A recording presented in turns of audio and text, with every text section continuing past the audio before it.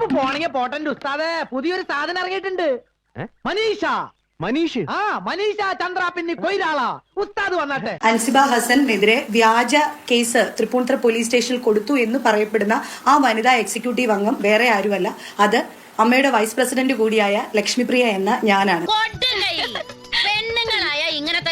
അത് കൊടുക്കാനുണ്ടായ സാഹചര്യം എന്ന് പറയുന്നത് ഡിസംബർ 10-ാം തീയതി എന്റെ ഫോണിലേക്ക് ശ്രീമതി അൻസിബ ഹസൻ ഒരു മെസ്സേജ് അയച്ചിരുന്നു.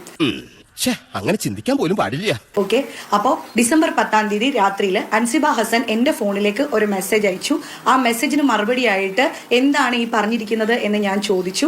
അയ്യോ, എന്നിട്ട് എന്ത് പറ്റി? അപ്പൊ ഞാൻ പറഞ്ഞു, അൻസിബ എന്താണ് ഇങ്ങനെ പറയാനുണ്ടായ സാഹചര്യം എന്ന് ചോദിച്ചു. ഞാൻ ആ കുട്ടിയെ വിളിക്കുമ്പോൾ I will call you later ചേച്ചി, I am in a work എന്ന് പറഞ്ഞിട്ടാണ് രാത്രി 11 മണിക്ക് എന്റെ അടുത്ത് അൻസിബ ഹസൻ റെസ്പോണ്ട് ചെയ്യുന്നത്. ഞാൻ പല ആവർത്തി അൻസിബയുടെ അടുത്ത് പറഞ്ഞു, അൻസിബ ഇത് എന്താണ് ഈ മെസ്സേജ് അയക്കാനുള്ള റീസൺ എന്ന് എന്റെ അടുത്ത് പറയണം എന്ന് ഞാൻ പല ആവർത്തി ആവശ്യപ്പെട്ടു.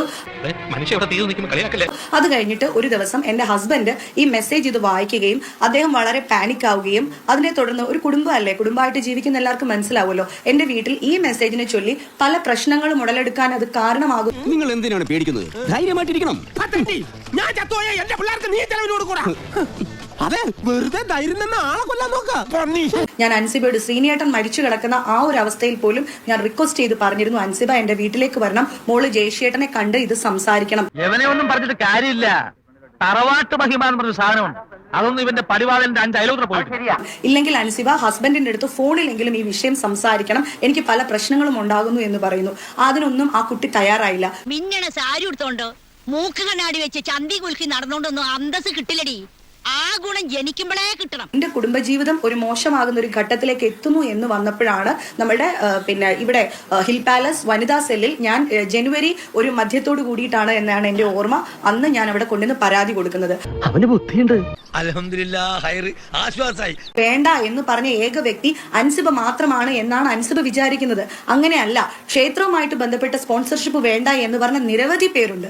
അൻസിബ മാത്രം പറഞ്ഞെങ്കിലല്ലേ അൻസിബയ്ക്കെതിരെ അതൊരു അലിഗേഷൻ ആയിട്ട് വരുള്ളൂ. അല്ലെങ്കിൽ പിള്ളേച്ചൻ നുണ പറയുന്നതായിരിക്കും. സെക്രട്ടറി അൻസിബ ഹസനെ കുറിച്ച് പറഞ്ഞു എന്ന് പറഞ്ഞിട്ട് ഞങ്ങളുടെ എക്സിക്യൂട്ടീവ് കമ്മിറ്റി അംഗം, അതായത് മലയാളത്തിലെ ഒരു മഹാനടനെയും അൻസിബ ഹസൻ എന്ന് പറഞ്ഞ ഈ പെൺകുട്ടിയും ചേർത്ത് അവിഹിത കഥകൾ പറഞ്ഞിട്ടുണ്ട് എന്ന് പറഞ്ഞിട്ട് ദേ ഞങ്ങളുടെ എല്ലാ ഫോണിലുണ്ട്. എക്സിക്യൂട്ടീവ് കമ്മിറ്റി അംഗം ഞങ്ങൾക്ക് തന്ന പരാതിയിൽ അത് കിടപ്പുണ്ട്.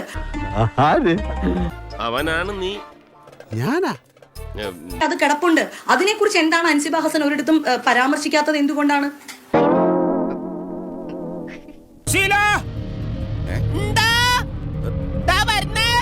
എല്ലാരും വിളിച്ചു.